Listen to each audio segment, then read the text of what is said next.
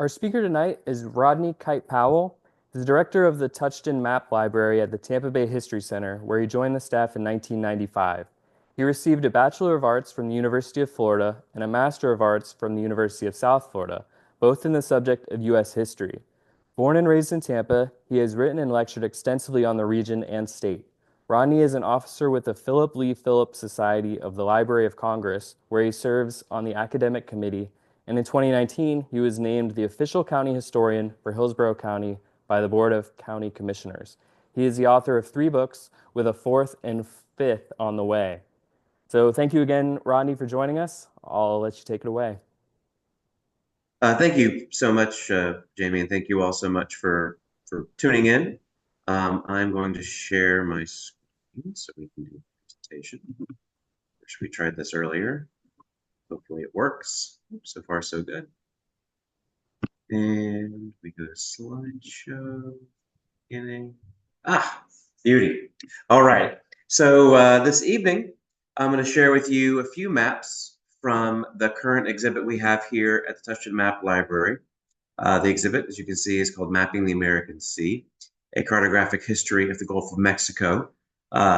It's, very maybe fitting, or whatever word you want to use, that we're talking about the Gulf of Mexico today. The Gulf's been in the news the past couple days, as have other parts around the country and around the world.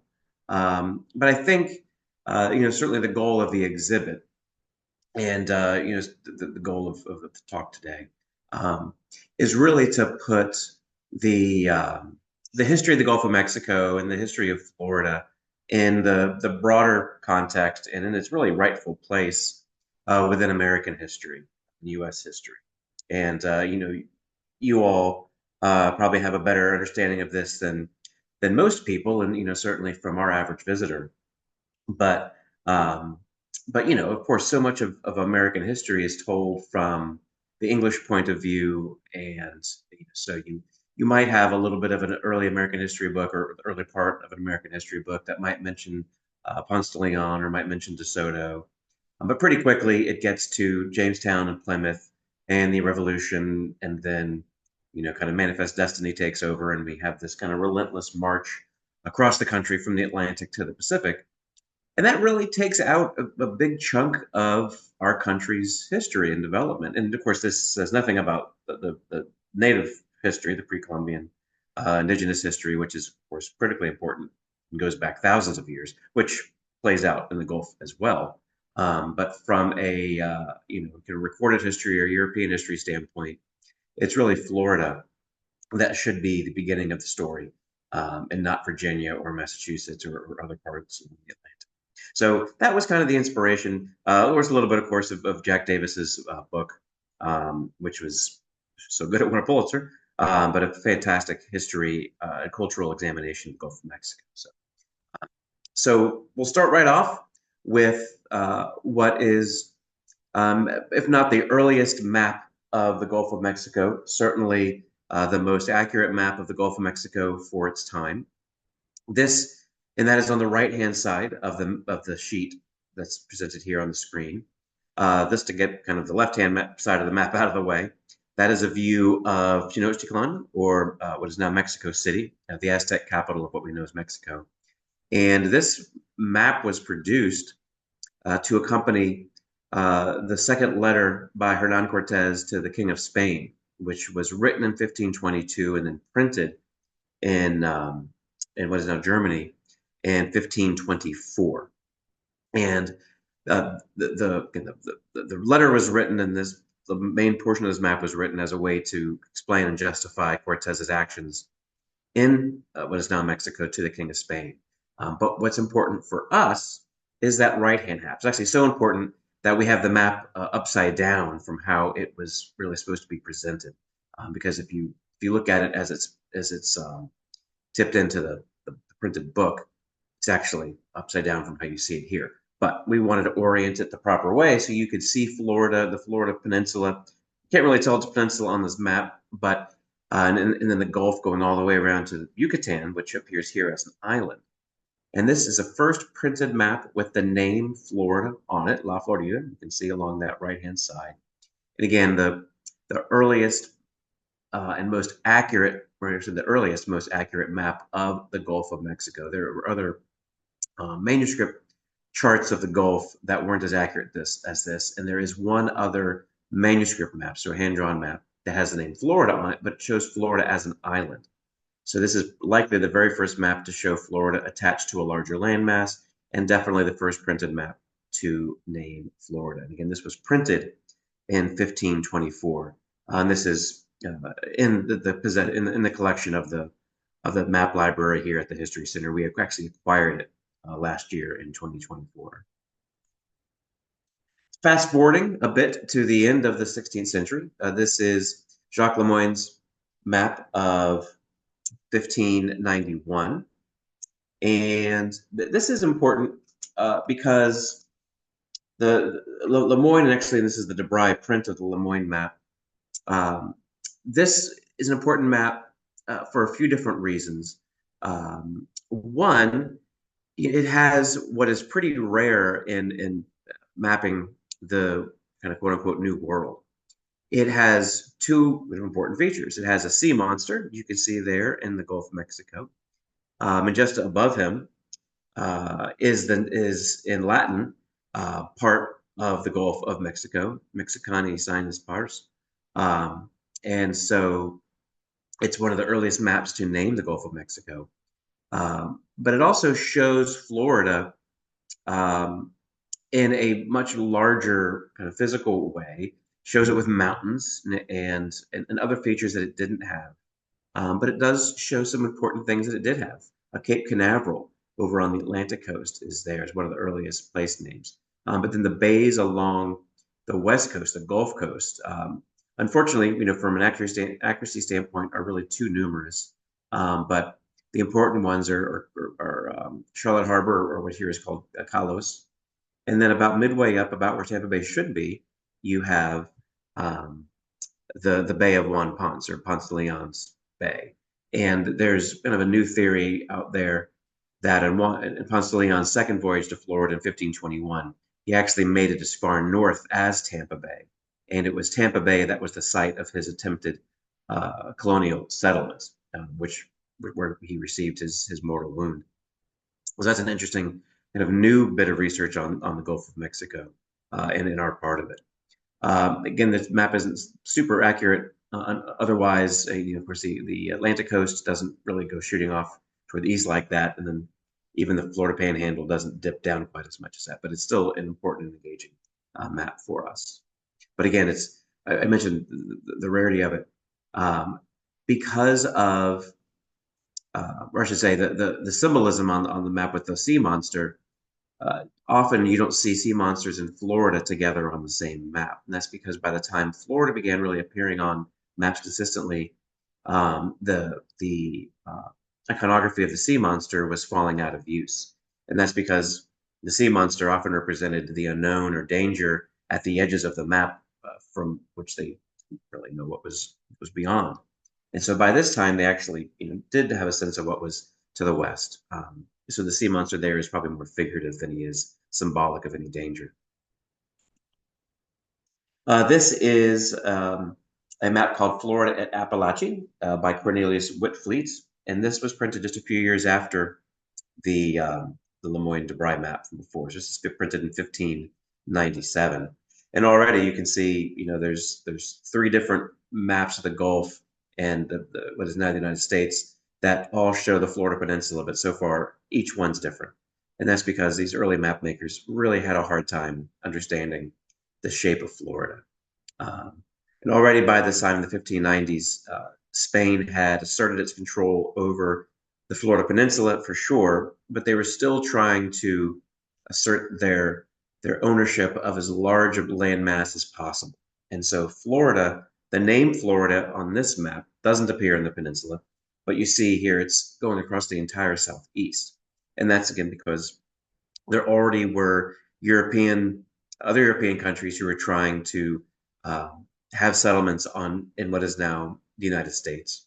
And by trying to portray Florida, the name Florida, as far away or as far into the interior as possible, Spain was really trying to assert that ownership onto as large a landmass as possible. The Appalachee, of course, those are the native people to the north, who the people of Florida were trying to get Narvaez and others to go to so they can go away from them.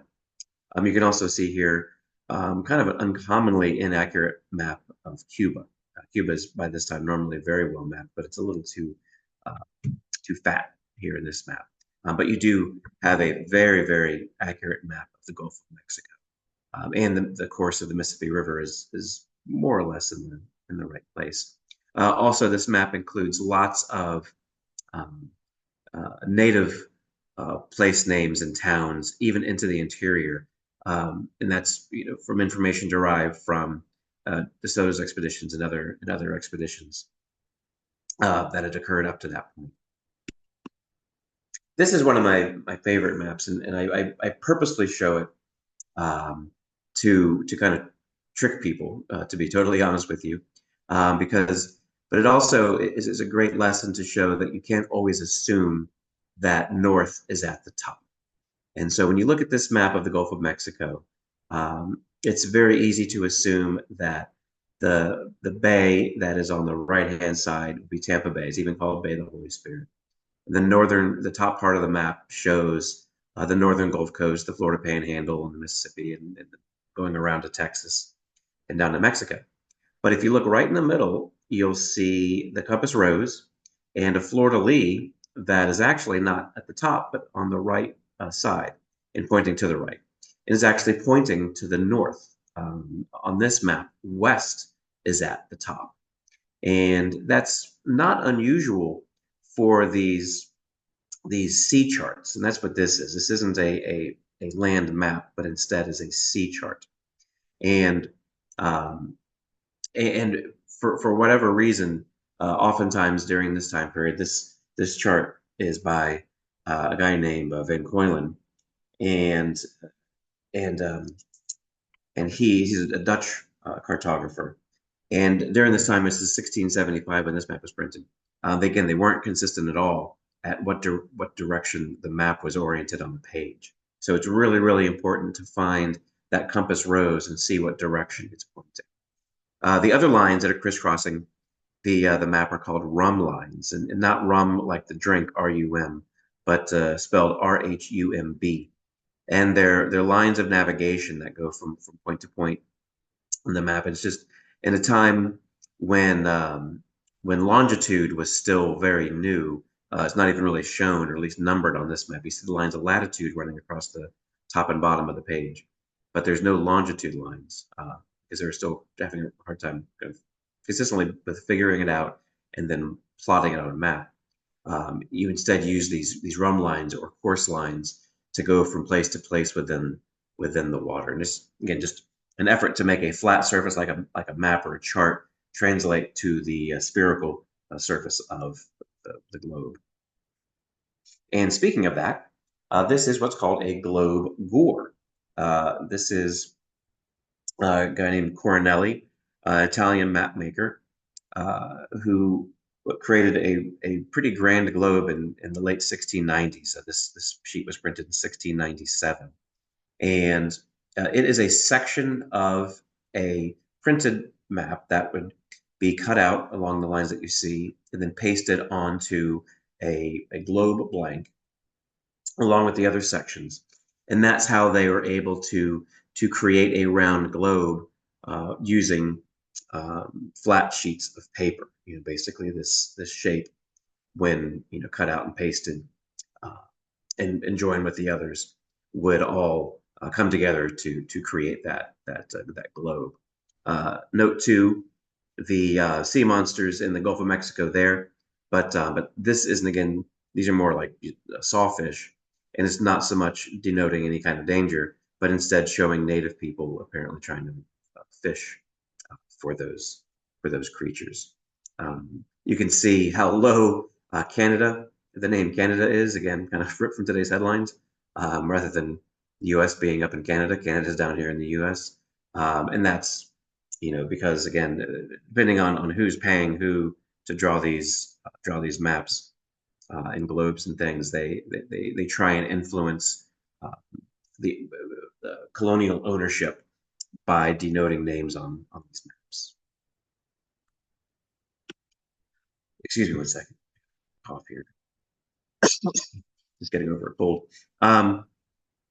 This is one of the most beautiful maps we have in the collection. It's the Theater of War in America by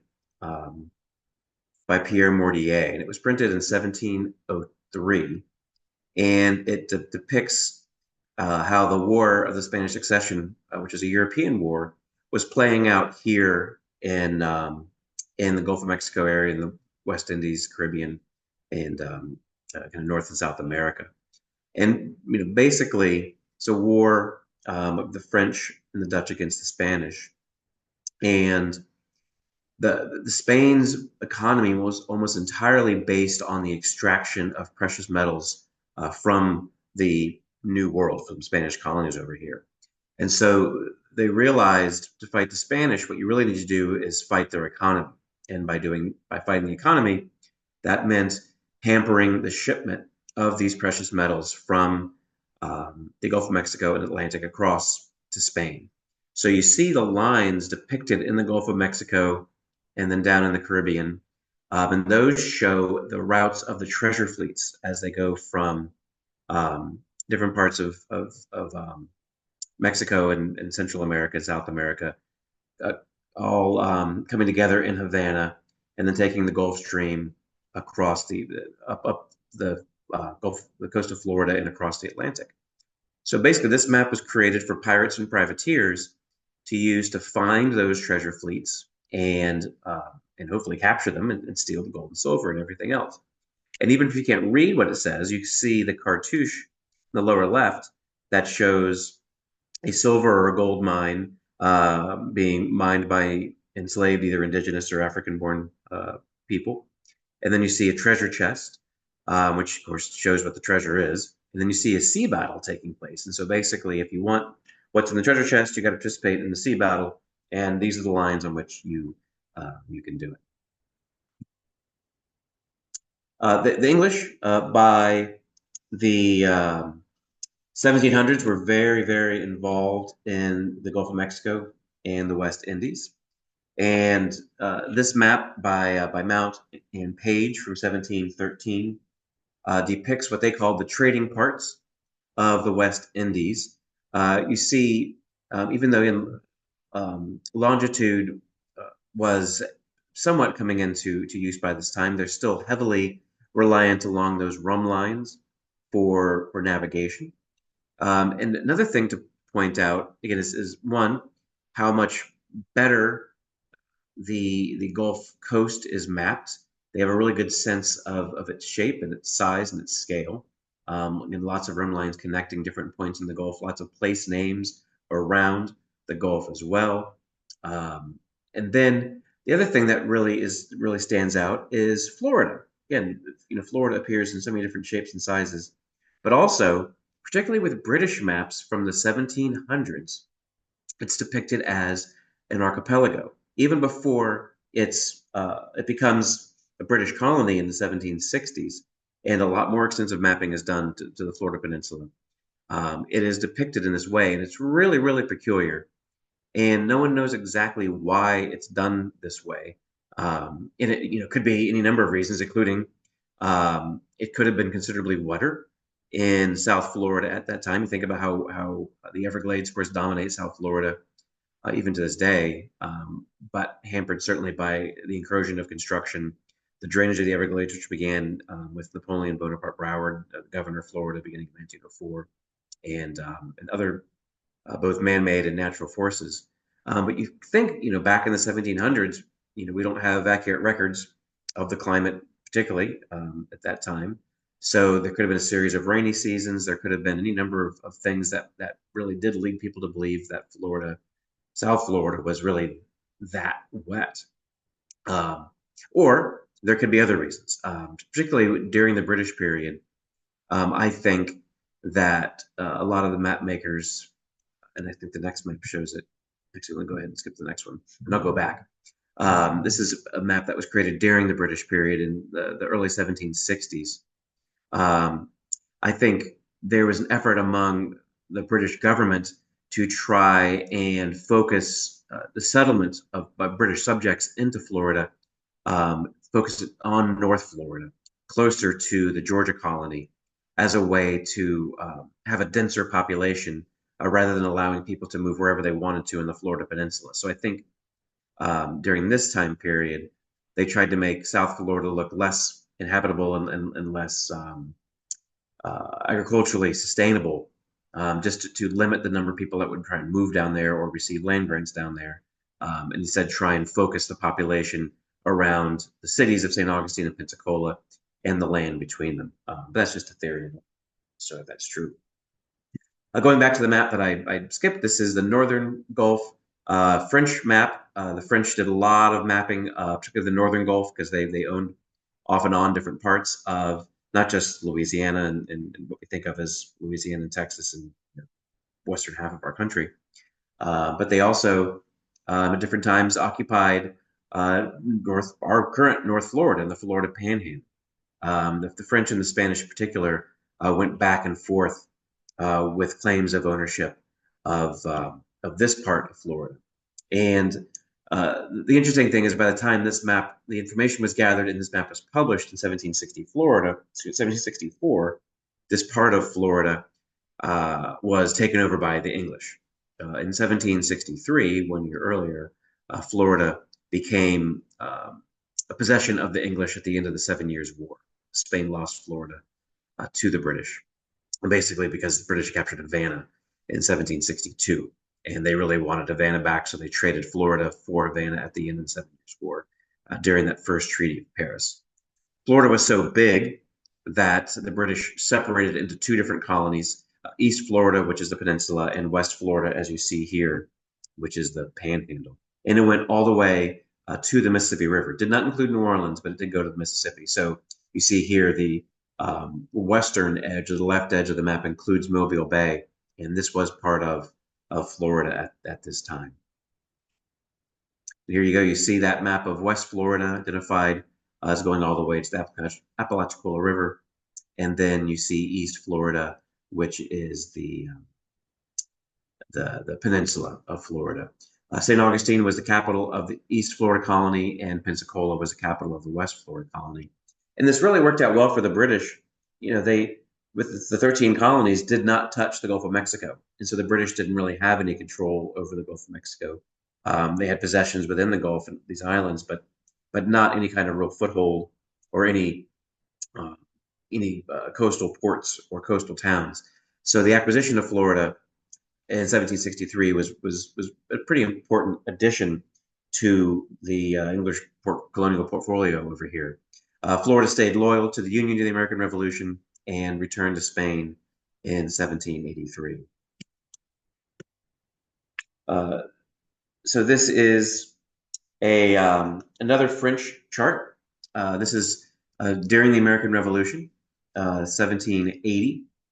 And this is a great chart because if you look over on the right-hand side, you see the different colors. This is kind of a color-coded map denoting the different colonial powers in the Gulf of Mexico and the West Indies, the English, the French, the Dutch, and let me see who else. So I'm trying to look small.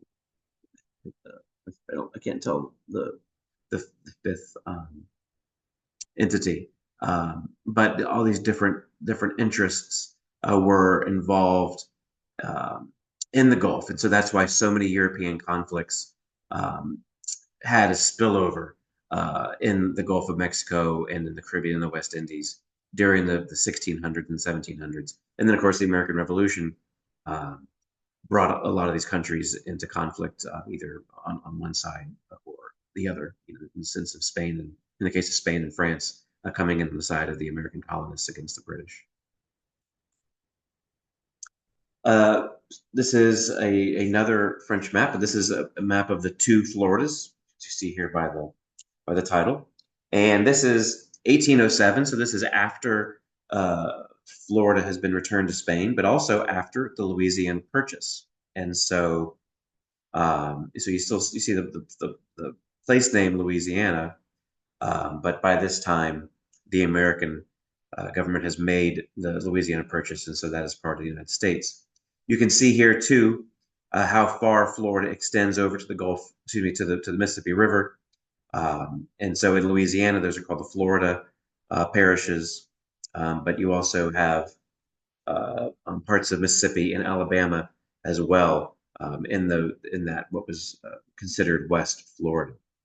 By this time, um, again, the American government in 1803, with the acquisition of Louisiana, was finally able to have a Gulf foothold, but it was only a small one because you just had from the Mississippi River um, to I guess what would be the Texas border. So basically, just the current Louisiana coastline, give or take, as the American access to the Gulf of Mexico. But the possession of New Orleans was huge and very key in that. But you still had Spain controlling the Florida coast as well. Like still, I guess I think at this time the Mexican portion, and there was a portion of time when um, before Mexico achieved its independence from Spain, then later from France, that it was uh, part of the colonial European colonial powers as well. So you still had several different countries all having small pieces of the Gulf here, but again, very little bit of American possession of the Gulf. That changed again in 1812 when the area between the Mississippi River and the Perdido River became part of the United States, and that's when the Mississippi and Alabama portions of the Gulf Coast became part of America at the end of what was called the Patriots War. And then Florida itself became part of the U.S. in 1821 when we became a U.S. territory. And even then, first couple of years of the territorial period, you had these two Floridas, West Florida and East Florida, that became two different counties, Escambia County and St. Johns County. Again, with Pensacola and St. Augustine as the county seats. Going into the U.S. Civil War, this fantastic bird's eye view of Florida with the Gulf of Mexico in the distance. This is by a man named John Bachman. It was printed in the middle of 1861, or middle to late 1861. By the time that he made this view and created the lithograph for printing, the Union Navy had begun blockading Florida, and what they call the Anaconda Plan had begun to set in. So the Gulf blockading squadron began in July of 1861. So we know that this map was produced, or at least was created around that time. In the distance, you see the rest of other Gulf states. You see the very end of the Gulf. The top of the screen is New Orleans, and coming forward, you see Mobile, and then Pensacola and other areas or parts of Florida.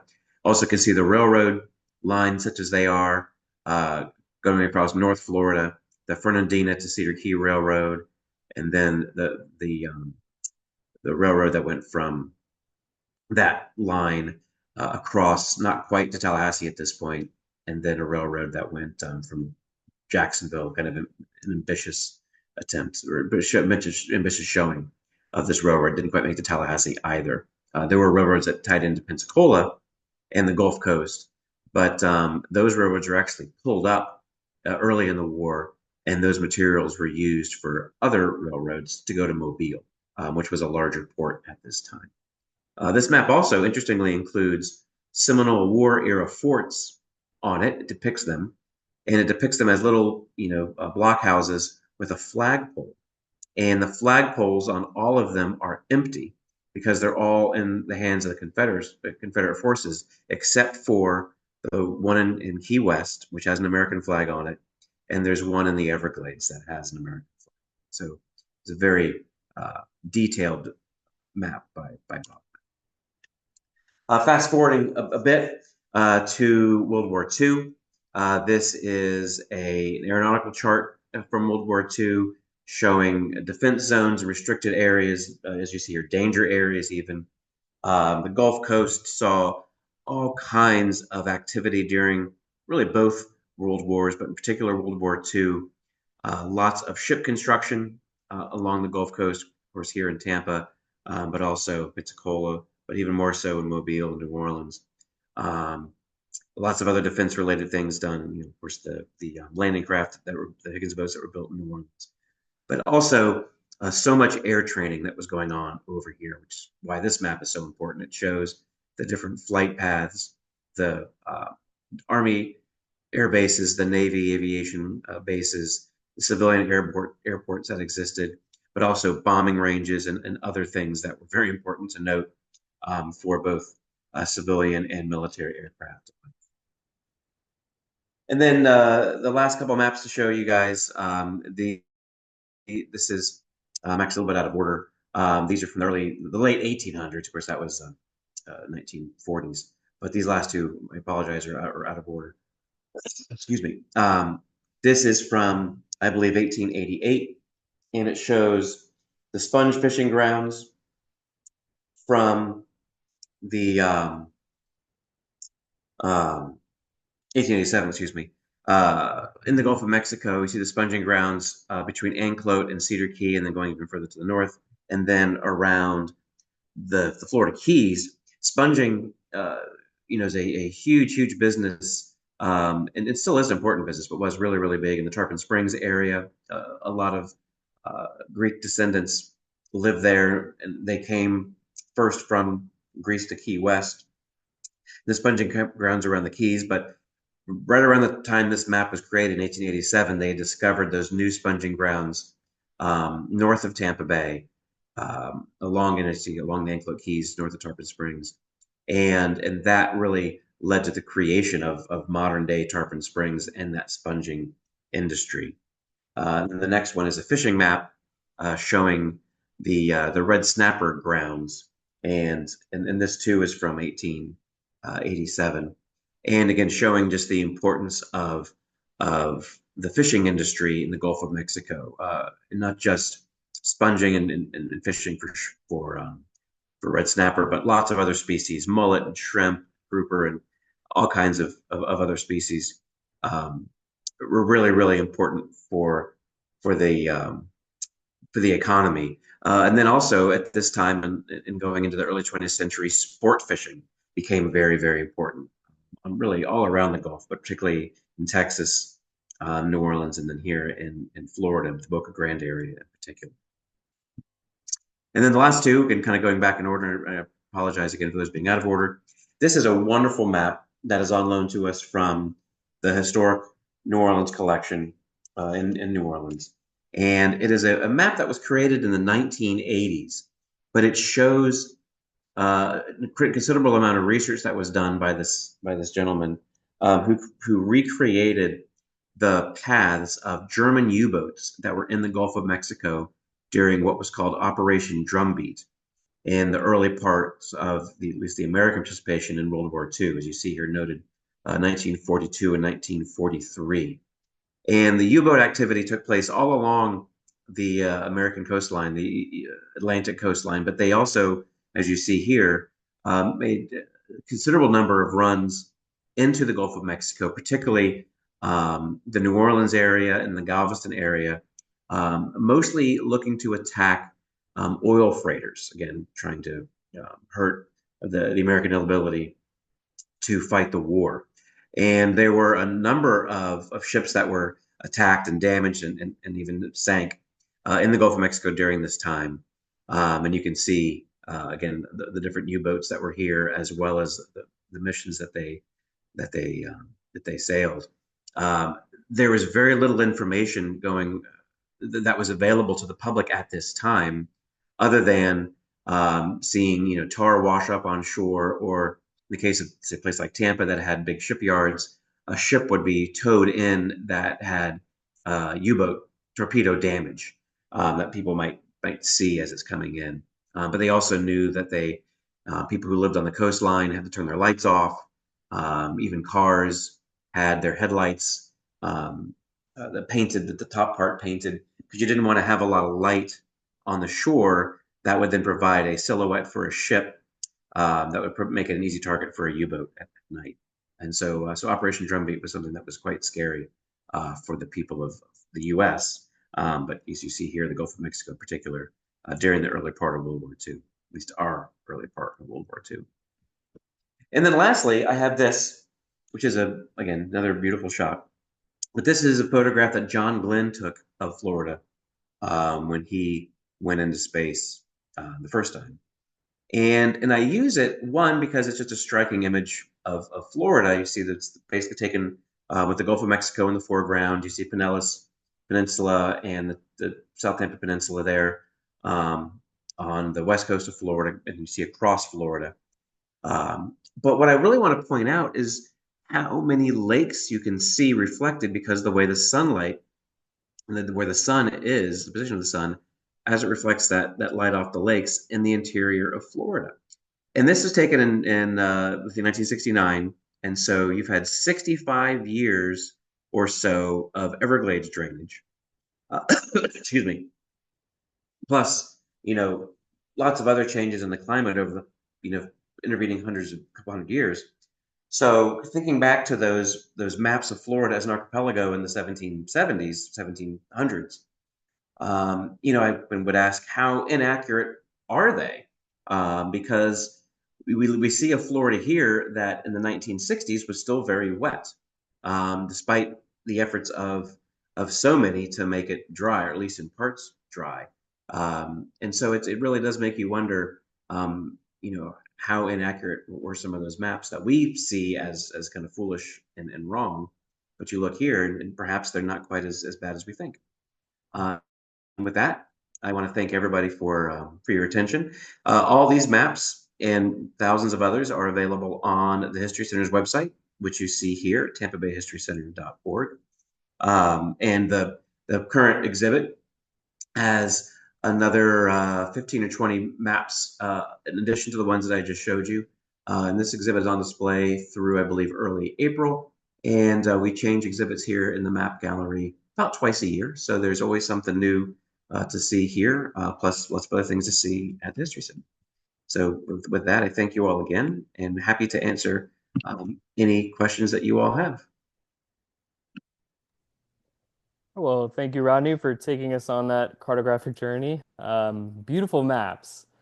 So yeah, we'll open it up for questions. We typically find it's easier to type them in the chat, but if you really want to unmute and ask your question, that's cool too. We're flexible. Absolutely, whatever works best for everybody. And if I answered all your questions before you even asked them, that's fine too. I have a very simple question, Rodney. Sure. Where did you find those maps of fishing grounds? I've looked at a lot of maps and I have not seen this before. So we are very, very fortunate in that we have a gentleman who collected so many of these maps that we have in the collection. So the map library is called the Touchton Map Library, named for J. Thomas Touchton. He and his wife, who passed away about 2 years ago now, began collecting maps in 1984, and so 41 years ago almost. And they amassed a collection of maybe 4,000 or 5,000 items, and it's everything from very, very early maps by different European kind of colonial powers, up and including these kinds of unusual maps of fishing grounds, say. And so kind of whatever would catch his eye, he would buy it if it wasn't too expensive. We've been able since Tom helped us create the Cartographic Center here, through his and the generosity of him and others, been able to acquire maps that he could not have acquired. And so the Cortez map is one of those that we acquired last year through his assistance, but it was just a very expensive map. But we do have as many gems as we have like that. We have those other really interesting, unique, but fortunately less expensive maps, like the map of the Grampus and its fishing grounds, and then the sponge docks, sponge grounds. A lot of those are actually maps produced by the government. So you have different agencies that produce maps and have been producing maps for 200 years. And they're done for government reports or other purposes. And so I believe that Grampus, the map of the fishing grounds, was done for the U.S. Fisheries Service. Okay. fascinating. Thank you. Sure. And again, if you all see any of these maps, and there's again lots of maps that would serve lots of different purposes, but if you need anything for your research or anything you're pursuing, all the maps that you will find online, and really most of the maps in our collection, have been digitized at a very high resolution. And I'd be happy if you just reach out if you need them for research or something. Just let me know, and I'm happy to share them with you, so you have access to them. That's what we're here for.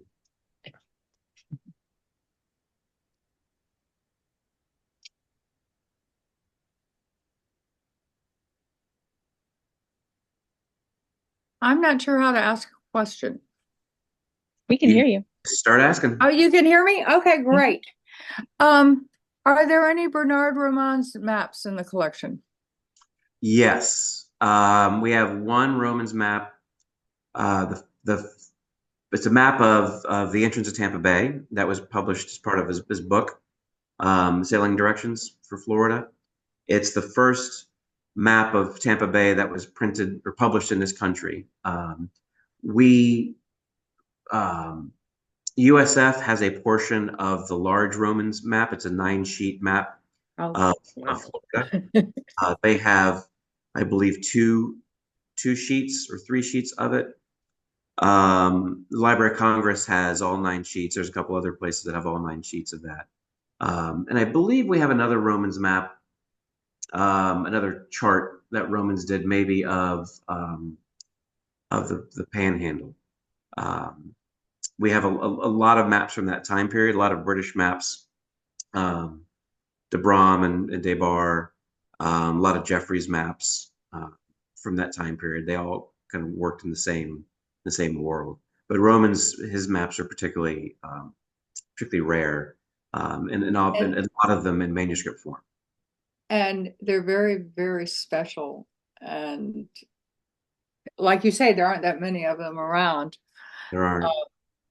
And I bought an older book that was like a centennial or bicentennial celebration thing.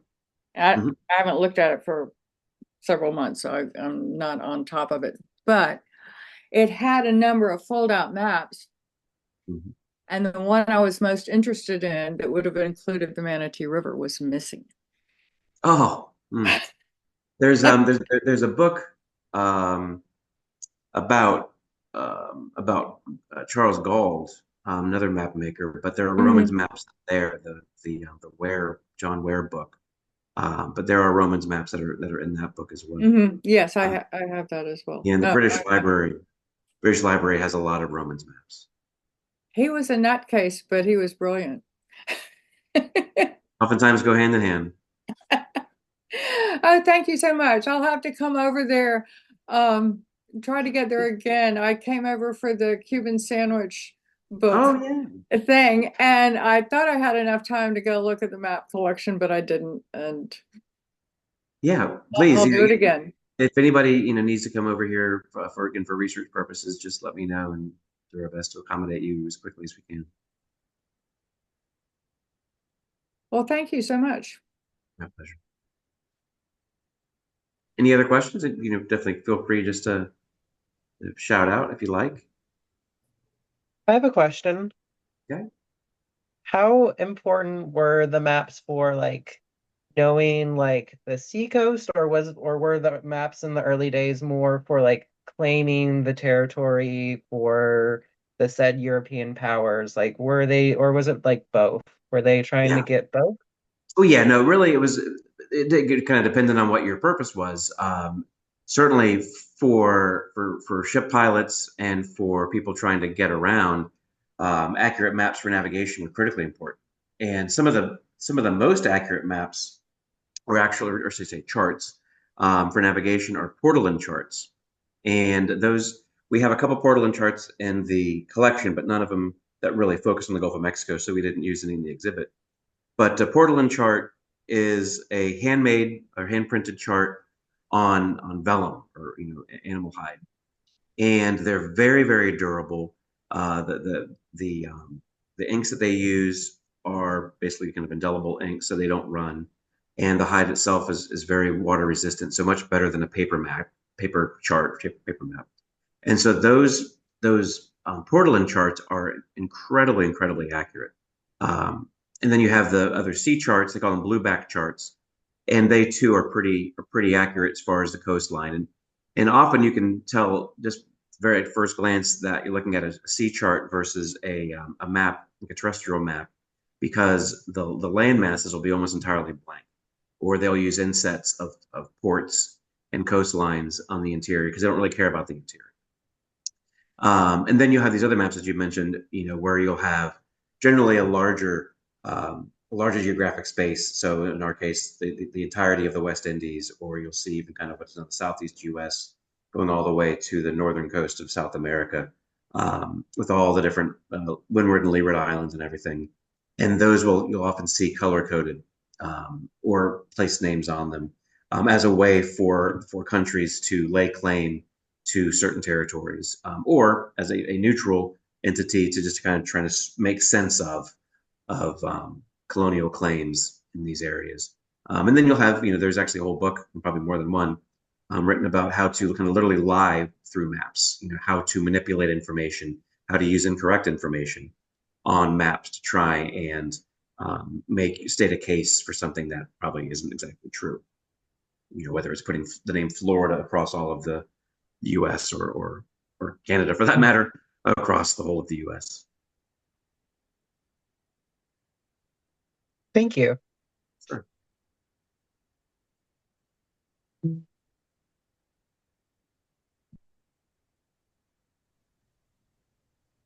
All right, do we have any more questions?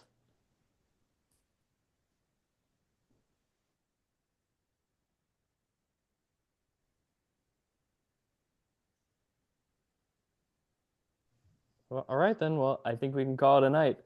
Thank you All again, right. Rodney. Thank you all for joining us tonight. I appreciate you. Yeah, thank you so much. I appreciate Well, everybody thank coming you out.